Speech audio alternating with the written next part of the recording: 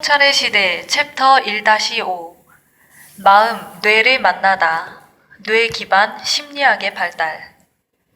입증할 수 있기 전에 새로운 것을 생각할 용기를 지닌 이들이 없다면 우리는 새로운 일을 할 수 없다. 지그문트 프로이트. 프로이트는 처음에 인간의 마음을 생물학적인 관점에서 탐구하고자 시도했다. 즉, 뇌의 기능이라는 관점에서 탐구하고자 했다. 이 초기 시도는 요제프 브로이어와 협력하면서 시작되었고, 브로이어의 환자인 안나 오에게 초점이 맞춰져 있었다. 프로이트는 1924년에 출간한 자서전에서 안나 오의 사례에 처음 흥미를 느끼게 된 과정을 적었다. 브로이어가 그 사례의 진행 과정을 적은 기록을 내게 계속 읽어주었기에 나는 이전에 관찰한 다른 어떤 질환보다도 신경증을 더 잘 이해하고 있다는 인상을 갖게 되었다. 실제 이름이 베르타 파페나임인 안나오는 훗날 독일 페미니즘 운동의 지도자가 될 21살의 매우 지적인 여성이었다. 1880년 처음 브로이어에게 진료를 받았을 때 그녀는 심한 기침, 몸 왼쪽의 감각 소실과 운동마비, 말하기와 듣기 장애, 주기적인 의식 상실이라는 증상을 앓고 있었다. 브로이어는 철저하게 신경학적 검사를 했지만 검사 결과는 지극히 정상으로 나왔다. 그래서 그는 파페나임의 병이 히스테리라고 진단했다. 히스테리는 신체에 병이 있다는 증거가 전혀 없이 팔다리가 마비되거나 말하는 데 어려움을 겪는 것과 같은 신경학적 증상을 보이는 환자를 가리키는 정신의학적 병명이었다. 당시 빈에서 어떤 환자를 히스테리라고 진단한 브로이어의 방식 자체에 새로운 사항은 전혀 없었다. 특이한 점, 그리고 젊은 신경학자인 프로이트의 흥미를 가장 끈 부분은 브로이어의 치료 방법이었다. 브로이어는 프랑스 신경학자 장마르탱 샤르코의 최면법의 영향을 받아서 파페나임에게 최면을 걸었다. 하지만 그는 여기에 한 가지 색다른 점을 추가했다. 그는 그녀에게 자기 자신과 자신의 질병에 관해 이야기해보라고 부추겼다. 파페나임이 훗날 대화치료라고 한 이 복잡한 치료를 통해서, 이 복합치료를 통해서 그녀의 증상은 조금씩 사라져갔다. 브로이어와 파페나임은 공동 노력을 통해서 그녀의 몸 왼편의 마비 같은 히스테리 증상이 그녀가 과거에 겪었던 정신적 외상 사건들의 뿌리를 두고 있음을 발견했다. 최면 상태에 있는 동안 사건과 감정의 자유 연상을 하면서 파페나임은 폐결핵으로 생긴 고름집 때문에 최근에 사망한 아버지를 간호할 때 그가 대개 그녀의 몸 왼편에 머리를 기대곤 했다고 기술했다. 현재 마비가 일어난 신체 부위의 말이다. 프로이트는 나중에 이렇게 설명했다. 깨어있을 때 소녀는 다른 환자들과 마찬가지로 자신의 증상들이 어떻게 생겨났는지를 설명할 수 없었고 그 증상들과 자신의 인생 경험 사이에서 아무런 연관관계도 찾아낼 수 없었다. 하지만 최면에 빠지자 그녀는 즉시 그 빠진 연결고리를 찾아냈다. 그녀의 모든 증상들은 그녀가 아버지를 간호하면서 겪었던 감정적인 사건들로 거슬러 올라간다는 것이 드러났다. 즉, 그 증상들은 나름의 의미를 지니고 있었고 그 감정 상태의 잔류물 또는 추억이었다. 그녀가 아버지의 병상 옆을 지킬 때 억눌러야 했던 어떤 생각이나 충동이 있었는데 증상은 대개 나중에 그것의 대체물로서 출현한 것임이 드러났다. 하지만 대체로 증상은 그런 정신적 외상을 일으키는 어느 한 장면의 침전물이 아니라 많은 비슷한 상황이 더해진 결과물이었다. 환자가 최면 상태에서 환각을 보는 식으로 이런 상황을 회상하고 자신이 원래 억눌렸던 심적 활동인 감정을 자유롭게 표현하면서 결말에 이르기까지 그 상황을 쭉 이어가도록 하자 증상이 사라지고 다시는 나타나지 않았다. 이 과정을 통해 브로이어는 오랫동안 힘겹게 애쓴 끝에 그녀의 모든 증상을 완화하는 데 성공했다. 브로이어가 베르타 파페나임에게 주의를 집중하여 자신의 능력을 쏟아붓기 전까지 히스테리 환자들은 종종 꾀병 환자로 치부되곤 했다. 즉, 관심을 받고 싶다거나 어떤 부수적인 혜택을 보려고 아픈 척한다는 것이다. 더군다나 의사에게 자신의 증상들이 어떤 식으로 확대되어 왔는지를 설명할 때 히스테리 환자들은 처음에 그 증상들이 어떻게 생겨났는지 도무지 짐작조차 할 수 없다고 주장하곤 했다. 처음에 프로이트도 평소에 멀쩡하다가 히스테리 환자 특유의 무력화하는 신체 증상들, 마비, 갑작스럽게 터지는 울음, 감정의 격발을 드러내는 이들이 어떤 사건이나 치욕이 그런 증상을 낳는데 기여했을 것이라고 나름대로 생각하는 바가 분명히 있을 것이라고 보았다. 하지만 그는 결국 이렇게 결론 내렸다. 상응하는 정신적 과정이 있어야 한다는 결론을 고수하면서도 아니라고 부인하는 환자의 말을 믿는다면 환자가 마치 그 점을 알고 있는 양 행동하고 있음을 시사하는 많은 단서를 종합한다면 환자가 살아온 역사를 파헤쳐서 바로 그런 감정의 표출을 야기할 법한 어떤 사건, 정신적 외상을 찾아낸다면 그 모든 것이 가리키는 해답은 한 가지이다. 환자가 자신이 받은 모든 인상이나 그것의 회상을 더 이상 연합사슬을 통해 하나로 엮을 수 없는 특수한 마음 상태에 또 다른 정신과정의 집합인 자아가 그것을 알아차리거나 개입하여 막을 수가 없는 채로 회상하는 이가 신체적 현상이라는 수단을 통해 그 영향을 표출하는 것이 가능한 마음 상태에 있다는 것이다. 잠든 상태와 깨어있는 상태의 익숙한 심리적 차이를 염두에 둔다면 우리의 가설이 좀 낯설어 보일 수 있다. 프로이트는 또 파펜하임의 사례를 통해 로키탄스키의 의학적 격언, 진리를 찾으려면 몸의 표면 밑을 보라, 이 정신생활에도 적용된다는 점을 깨달았다. 하지만 조사의 초점이 물리적인 뇌에서 환자의 과거에 담긴 정신적인 사건 쪽으로 옮겨가면서 의사의 진찰 도구도 반사 망치와 주사 바늘에서 단어와 기억으로 바뀌었다. 뒤에서 살펴보겠지만 언어를 써서 무의식을 탐구하는 프로이트의 능력과 무의식을 묘사하는 모더니즘 화가들의 능력 사이에는 놀라운 유사성이 있었다. 브로이어가 파펜하임을 치료하는 데 성공하는 것을 지켜보면서 프로이트는 히스테리와 최면에 관심을 갖게 되었다. 그래서 그는 1885년 가을 파리에서 6개월간의 연구원 자리를 얻어냈고 살페트리에르 병원에서 샤르코에게 배웠다.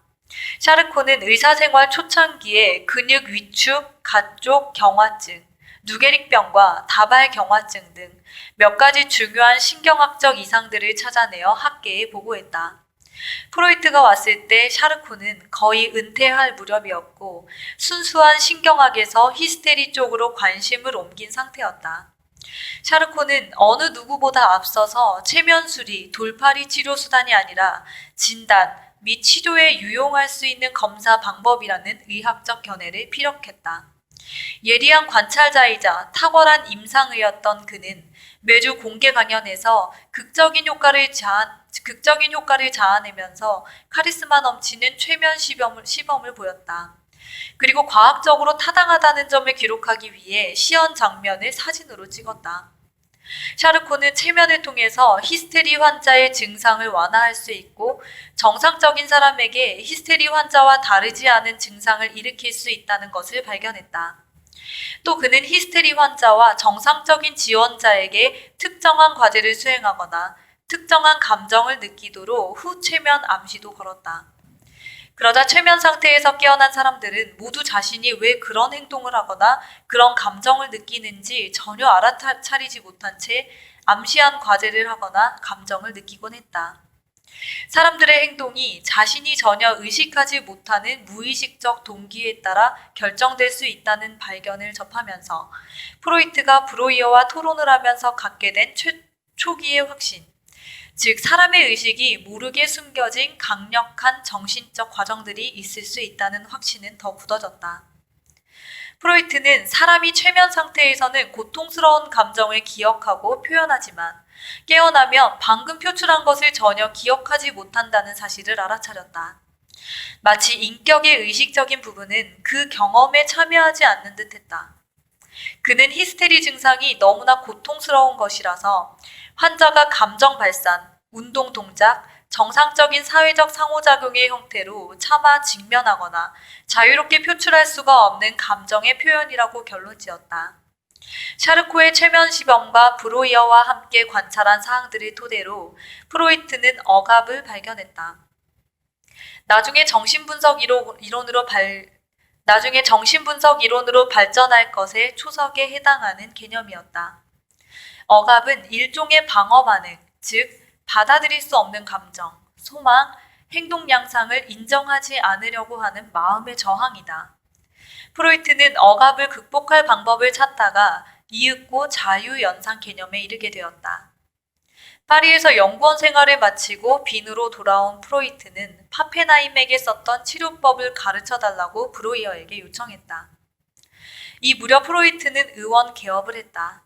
환자는 주로 브로이어가 소개한 유대인과 이민자들이었다. 브로이어는 대출까지 해주면서 프로이트에게 금융적인 지원도 아끼지 않았다. 프로이트는 많은 히스테리 환자에게 브로이어의 접근법을 적용했고 모든 사례에 브로이어의 발견이 들어맞는다는 것을 관찰했다. 그래서 그는 공동으로 책을 내자고 브로이어에게 제안했다. 두 사람은 1893년 히스테리 증상을 보이는 환자들을 치료하는 문제를 다룬 논문을 냈고 1895년에는 히스테리 연구라는 책을 펴냈다. 이 책에 실린 역사적 사례 5편 중 4편은 프로이트가 썼고 마지막 한 편, 안나오와 이론적 논의 부분은 브로이어가 썼다. 하지만 프로이트와 브로이어는 히스테리 환자들이 기억하려고 애쓰는 경험의 본질에 관해서는 서로 의견이 달랐다.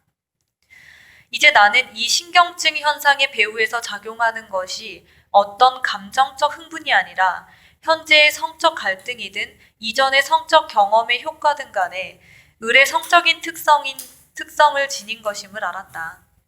이제 나는 중대한 걸음을 내딛었다. 나는 히스테리 영역을 넘어서 진료 시간에 무수히 나를 찾곤 했던 이른바 신경쇠약 환자들의 성생활을 조사하기 시작했다. 이 실험을 통해서 나는 이 모든 환자들에게서 성적 기능이 대단히 학대받고 있다고 확신하게 되었다. 히스테리의 이 유혹 이론, 비교적 흔한 한 가지 정신질환이 성적 유혹이라는 하나의 원천에서 비롯된다는 브로이어가 보기에 너무나 과격하고 가망 없어 보였고 빈의학계의 인사들은 즉각 프로이트와 의절하고 나섰다. 결국 브로이어는 우리의 공동작업에서 사퇴하기로 결심했고 프로이트는 그가 남긴 유산의 유일한 관리자로 남게 되었다. 1896년 프로이트는 유전과 신경증의 병인론에 이렇게 썼다. 성적 영향을 구체적인 원인의 지위로 승격함으로써 내 접근법은 특색을 갖추게 되었다. 이 견해에 따르면 히스테리 증상을 일으키는 정신적 외상 사건이란 예외 없이 환자가 아이 때 아버지나 가까운 친척에게 유혹을 당했던 것과 같은 신체적인 성적 학대 행위라는 것이다. 따라서 프로이트의 초기 사상은 본질적으로 환경론이었다.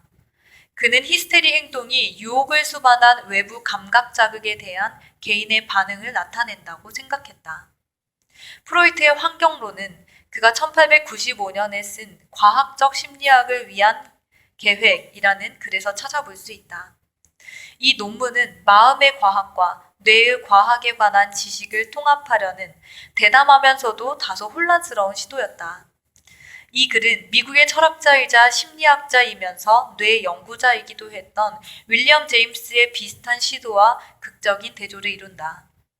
제임스는 1890년에 심리학 원리라는 두 권짜리 책을 썼다. 이 책은 명쾌하면서도 유려하게 저술된 논총인 반면 프로이트의 글은 대단히 이해하기 어렵게 쓰였다. 프로이트의 이 글은 그가 발표한 저작들의 특징인 명쾌함과 세련된 문체가 결핍된 미완성 논문임이 분명하며 그는 생전에 이 논문을 출간하지 않았다. 이 글은 그가 세상을 떠난 지 수십 년 뒤에 발견되어 저명한 미술사학자이자 프로이트의 제자인 정신분석학자 에른스트 크리스가 1950년에 편집하여 출간했다.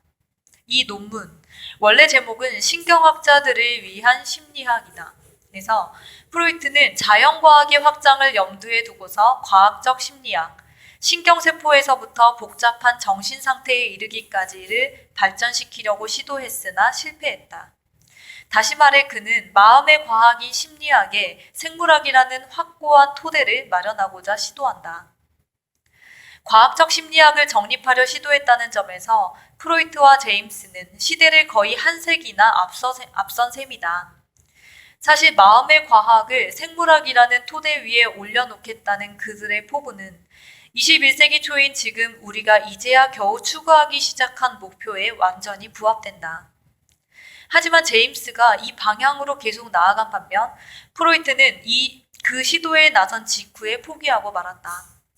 프로이트는 왜 이 대단한 야심찬 시도에 착수했던 것일까?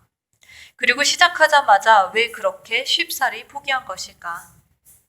이 시기에 프로이트가 쓴 주요 저술들을 검토한 끝에 나는 그가 뇌가 어떻게 작용하는지에 관한 자신의 생각을 단순화했기 때문에 인간의 마음과 그 장애를 설명하는 생물학적 모형을 개발할 수 있다고 믿게 되었다는 결론에 이르렀다.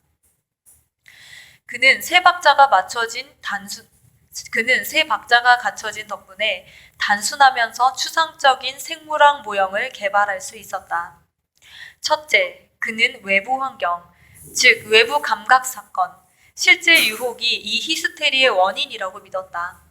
나중에 내부 자극, 즉 본능적인 욕구가 주요한 역할을 한다는 점을 인식하긴 했지만 그는 처음에는 외부 자극의 지각에만 초점을 맞췄다. 그래서 그는 뇌가 중요한 정신 과정들을 수행하려면 상호 연관된 세 체계만 있으면 된다고 주장했다. 지각, 바깥 세계에서 받는 감각 정보, 기억, 무의식으로부터 오는 그 정보의 회상, 의식, 그 기억의 인식이 바로 그것이었다. 둘째, 영국의 위대한 신경학자 존 휰링스 잭슨의 영향을 받은 프로이트는 프란츠 요제프 갈이 제안하고 오늘날 대다수 뇌과학자들이 믿고 있듯이 뇌 안의 사건이 정신적 사건을 일으키는 것이 아니라 정신적 사건과 뇌 사건이 병렬적으로 일어난다고 생각하기 시작했다. 프로이트는 더 앞서서 1891년에 낸 논리정연하게 서술된 책 언어상실증에 관하여에서 이렇게 설명한 바 있다. 신경계에서 일어나는 연쇄적인 생리적 사건들과 정신과정 사이의 관계는 아마도 인과적인 관계가 아닐 것이다. 정신과정은 생리적 과정과 병렬적이다. 셋째, 프로이트는 고등한 인지기능이 뇌의 특정 영역 및 영역들의 조합에 국한되어 들어있을 수 있다는 것에 의구심을 보였다. 그의 생각은 당대의 영향력 있는 해부학자와 신경학자, 피에르 폴 브로카, 카를 베르니케, 테오도어 마르네르트, 산티아고 라몬 이카알, 대다수와 오늘날 우리가 지닌 견해와 달랐다. 프로이트는 언어 영역이 따로 있다는 브로카와 베르니케의 고전적인 발견에 강하게 의문을 제기했고 그 연구자들이 언어의 정확한 신경회로를 찾는 데 몰두하고 있다고 해서 그들을 언어상실증의 다이어그램 제작자라고 비판했다. 프로이트는 에른스트 폴 브리케 밑에서 공부할 때 브리케의 학생이자 조수로 있었던 지그문트 엑스너가 내놓은 느슨한 구성주의적 대뇌 국소화 관점에 푹 빠져 있었다. 엑스너는 개를 대상으로 실험한 끝에 대뇌 피질의 영역들이 서로 뚜렷이 나뉘어 있지 않다는 견해를 내놓았다. 이 실험을 통해서 그는 피질 영역들이 어느 정도 서로 겹친다고 결론을 내리고 온건한 국소화 개념을 제시했다. 엑스너의 주장은 어느 정도는 언어 상실증에 걸린 사람들을 연구한 결과에 토대를 두고 있었다. 그는 한 언어 영역이 온전히 남아있고 그 주변 영역들만을 파괴하는 뇌 손상을 입었을 때에도 언어 결함이 나타난다고 지적했다. 프로이트는 이런 종류의 결함이 언어에 관여하는 다른 뇌 영역들과 그 온전한 영역 사이의 경로 교란으로 생길 수도 있다는 결론을 내리기보다는 그런 발견들이 언어가 해부학적으로 국소화하지 않았음을 시사한다고 해석했다. 사실 그는 브로카와 베르니케가 서로 다른 곳이라고 기술한 수용성 언어 영역과 표현성 언어 영역이 사실은 하나의 커다란 연속된 영역이라고 생각했다. 그래서 그는 역동적인 기능 중추들로 구성되는 전체적인 언어 기구가 있다는 개념을 내놓았다. 그는 그것을 피질장이라고 이름을 붙이고 해부학적 경계가 아니라 뇌의 특정한 기능 상태를 통해 정의했다. 이 개념에 힘입어 프로이트는 뇌에서 특정한 의식적 기능과 무의식적 기능이 어디에 있는지를 걱정할 필요 없이 마음의 기능 모형을 자유롭게 생각할 수 있었다. 그는 자신의 모형을 간단히 세 가지 추상적인 신경망의 집합이라는 토대에 올려놓을 수 있었다. 각 신경망은 지각, 기억, 의식이라는 서로 다른 기능을 매개하는 서로 다른 특성을 지니고 있었다.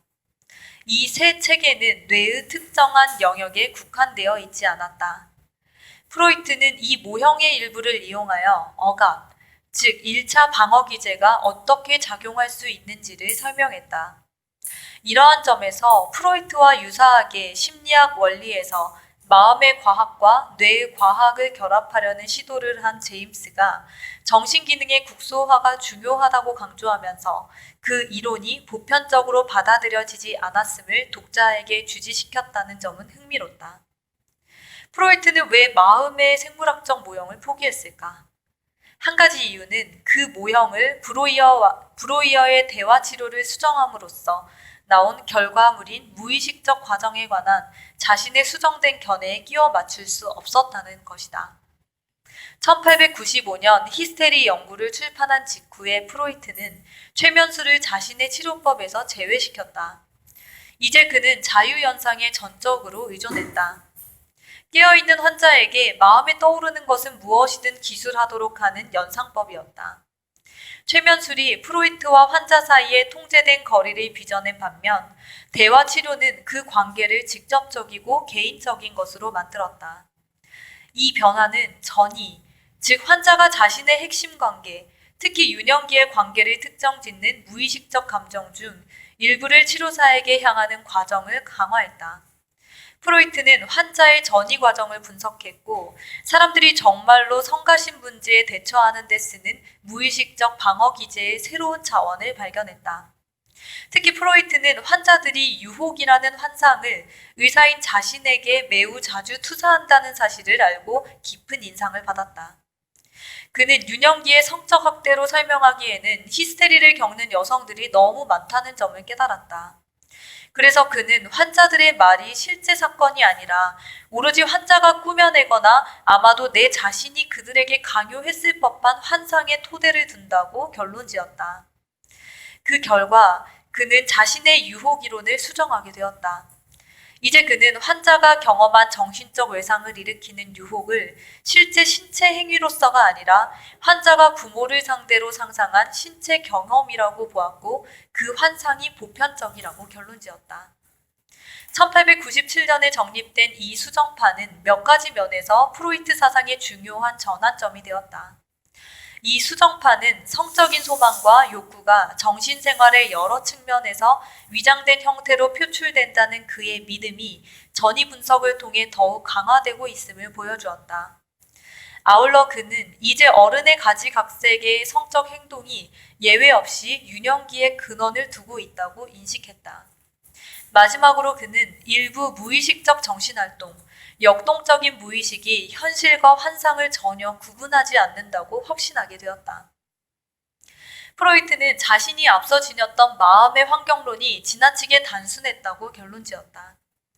그는 내면의 본능적 충동을 새롭게 이해하여 마음이 외부의 자극뿐 아니라 내부의 자극에도 영향을 받을 수 있다는 성숙한 견해를 도출할 수 있었다.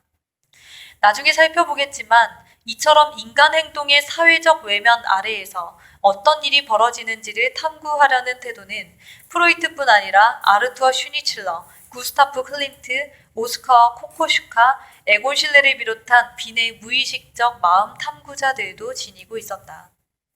프로이트가 자신의 생물학적 모형을 포기한 두 번째이자 더 중요한 이유는 마음, 행동, 뇌라는 새 분석 수준을 연결하려는 시도가 시기상조임을 그가 확신했기 때문이다.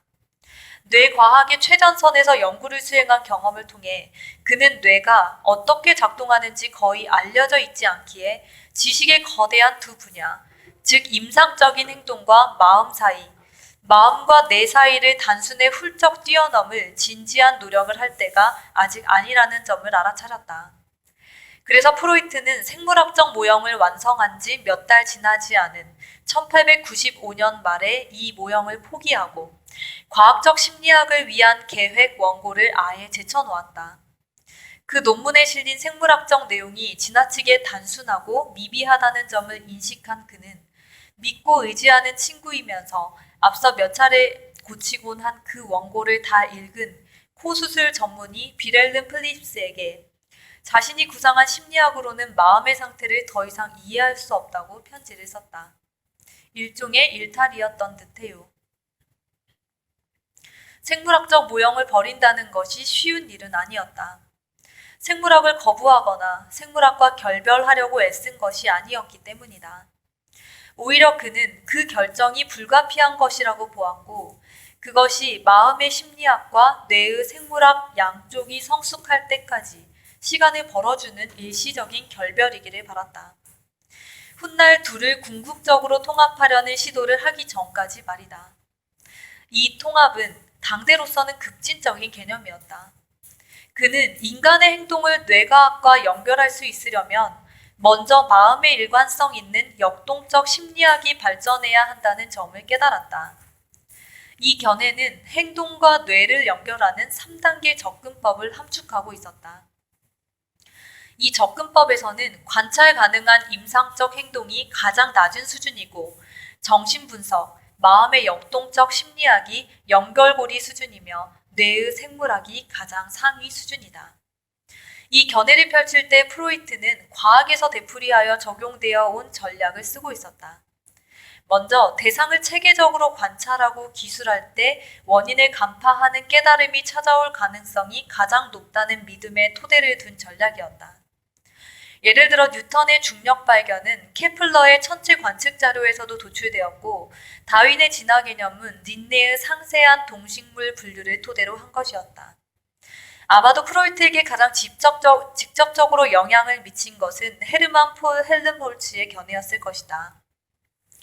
브리케의 가장 가까운 친구이자 동료이면서 19세기의 가장 뛰어난 과학자 중 한 명이었던 헬름홀츠는 심리학을 물리학 및 화학과 결합하는 데에도 기여했다. 그는 시지각 연구를 하면서 심리학이 뇌의 생리를 이해하는 데 중요한 토대라고 보게 되었다. 정신분석 심리학을 뇌과학과 분리한 프로이트의 결정은 오랜 기간 심리학에 유익한 역할을 했다. 그 덕분에 프로이트는 비록 실험 관찰에 토대를 두지 않았을지라도 한편으로는 신경 메커니즘과의 모호한 상관관계에도 기대지 않은 채 정신 과정을 기술할 수 있게 되었다. 프로이트의 판단이 옳았다는 점은 1938년 접근 방향이 전혀 달랐던 심리학자이자 엄밀한 실험 행동학자인 B.F. 스키너가 과학적으로 볼 때 당분간 행동 연구를 뇌과학과 분리할 필요가 있다는 비슷한 주장을 펼쳤다는 사실에서도 드러난다. 이렇게 자기 입장을 강화하기 위해 결별을 했어도 프로이트는 뇌과학이 궁극적으로 자신의 마음 개념을 혁신할 것이라고 내다보았다. 우리가 사용하는 심리학의 모든 임시 개념들이 언젠가는 유기적인 토대 위에 놓일 것임을 염두에 두어야 한다. 1920년에 쓴 쾌락 원칙 너머에서 그는 이렇게 설명했다. 우리가 심리학 용어를 생리학 용어나 화학 용어로 대체할 지점에 이미 와 있다면 우리의 설명에서 부족한 점들은 아마도 사라졌을 것이다. 우리는 생리학과 화학이 어쩌면 가장 놀라운 정보를 제공할 것이라고 예상할 수 있지만 우리가 힘겹게 씨름하고 있는 의문들에 그것이 앞으로 수십 년 안에 어떤 답들을 내놓을지 추측할 수는 없다. 그 답들이 우리가 가설로 구축한 인위적인 구조 전체를 날려버리는 것일 수도 있다. 프로이트는 새로운 마음의 과학의 토대를 제공할 수 있는 심리학을 개발하기 위해서 두 가지 과제를 해결해야 했다. 첫째, 그는 연상학습 분야의 두 거장인 이반 파블로프와 에드워드 손다이크의 이론보다 더 포괄적인 마음의 이론을 개발해야 했다. 연상학습을 처음으로 설명한 사람은 아리스토텔레스였다. 그는 우리가 개념들을 연상함으로써 배우는 것이라고 했다. 현대 심리학의 선구자였던 존 로크를 비롯한 영국의 경험주의자들은 그 개념을 정교하게 다듬었다. 파블로프와 손다이크는 한 단계 더 나아가서 관찰할 수 없는 심리적 사유 구성물을 거부하고 관찰 가능한 행동 구성물인 반사 행동에 초점을 맞췄다. 손다이크와 파블로프는 학습이 관념 사이의 연상이 아니라 자극과 행동의 결합이라고 보았다. 이렇게 패러다임을 전환함으로써 학습은 실험 분석의 대상이 될 수 있었다. 즉, 반응을 객관적으로 측정할 수 있었고 자극에 대한 반응을 보상 및 처벌과 구체적으로 연관짓고 변화시키면서 살펴볼 수 있었다.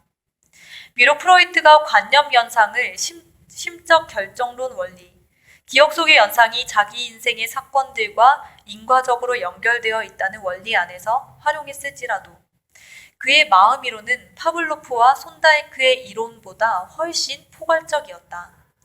그는 인간의 정신에는 연상을 초월하는 그리고 보상과 처벌에 관한 학습을 초월하는 것이 많이 있음을 알아차렸다. 그는 자극과 반응 사이에 개입하는 정신적 표상, 인지 과정을 포함하는 심리학을 원했다. 지각, 생각, 환상, 꿈, 야심, 갈등, 사랑, 증오를 포함하는 심리학이었다. 둘째, 프로이트는 정신병리학이라는 테두리 안에 갇혀있고 싶지 않았다. 그는 정상적인 정신 상태와 정신병리학을 모두 설명할 수 있는 일상생활의 심리학을 정립하고자 했다. 그의 결심은 많은 신경학적 장애와 달리 정신질환, 그리고 정신병 전반이 정상적인 정신과정의 확장과 왜곡 사례라는 놀라운 통찰의 토대를 두었다. 그리하여 울릭 나이서가 인지심리학이라는 용어를 창안하기 반세기도 더 이전에 프로이트는 최초의 인지심리학을 개발했다. 과학적으로 근거가 빈약하긴 했어도 그것은 훗날 등장한 인지심리학들의 선조였다. 나이서는 인지심리학을 거의 프로이트식 용어로 정의했다. 인지라는 용어는 감각 자극이 변형되고 집약되고 정교해지고 저장되고 복원되고 사용되는 모든 과정을 가리킨다. 이 과정들은 상상이나 환각에서처럼 관련된 자극이 없는 상태에서도 작동한다. 이런 포괄적인 정의를 염두에 두고서 보면 인지가 인간이 할 수 있는 모든 일에 관여한다는 것이 즉 모든 심리 현상이 인지 현상임이 명백하다. 나이서는 그와 그의 동시대 학자들은 원래 알매 기능에 초점을 맞추었고 감정이나 무의식적 과정을 고려하지 않고 지식의 전환, 지각, 생각, 추론, 계획, 행동에만 인지 심리학을 국한했다. 현재 이 분야는 훨씬 더 포괄적인 관점을 취하고 있으며 행동의 모든 측면을 포함한다. 즉, 지식 기반의 행동뿐 아니라 감정적, 사회적 행동, 의식적 행동뿐 아니라 무의식적 행동까지 다룬다. 이런 의미에서 현대 임지심리학의 목표는 프로이트가 원래 제시했던 역동적 심리학의 목표와 괴를 같이 한다. 하지만 나이서와 그의 동시대 심리학자들이 제시했던 인지심리학은 프로이트 심리학과 달리 경험적인 것으로서 고안되었다. 그럼으로써 기본 개념들을 분리하고 타당성을 검증할 수 있도록 했다. 돌이켜보면 인지심리학이 행동과 뇌 생물학 사이에서 왜 그토록 중요한 역할을 해왔는지가 명확해진다. 지난 20년 동안 프로이트의 몇몇 개념들을 검증하기 위해 많은 경험 연구가 이루어져 왔다. 그 연구자들은 성적 본능과 공격 본능처럼 프로이트가 초점을 맞추기 시작했던 인지심리학적 특성들이 생존에 필수적이며 진화를 통해 선택되고 보존되어 왔다는 것을 알아차렸다. 지각, 감정, 감정이입, 사회적 과정의 기본 요소들도 진화를 통해 보존되어 왔으며 더 단순한 동물들에게도 찾아볼 수 있다. 게다가 최근의 이런 발견들은 감정과 사회적 행동이 동물과 사람에게서 보존되어 왔다는 다윈의 주장을 더욱 뒷받침한다. 하지만 빈 1900과 가장 직접적인 관련이 있는 것은 행동, 마음, 뇌를 연관짓는 프로이트의 3단계 접근법을 1930년대 그의 동료인 에른스트 크리스와 공동으로 연구한 더 후대의 인물인 언스트 곰브리치도 채택했다는 사실이다. 두 사람은 그 접근법을 써서 미술과 과학을 연관지으려 했다. 크리스와 곰브리치는 궁극적으로 지각, 감정이입에 생물학적으로 접근할 수 있는 길을 닫게 될 개념을 통해 최초의 미술 인지 심리학, 지각과 감정 사이의 합재간 심리학을 전개했다. 곰브리치는 예언하듯이 이렇게 말했다. 심리학은 생물학이다. 끝났죠?